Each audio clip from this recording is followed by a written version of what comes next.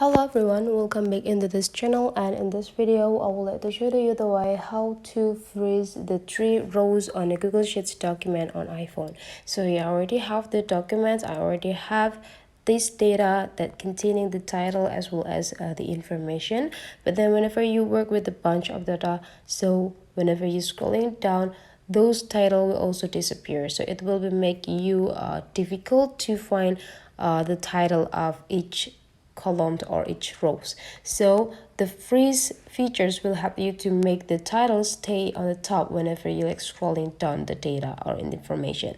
So to freeze the rows, you just need to block all of the rows that you want to freeze. So go click it and drag drag it into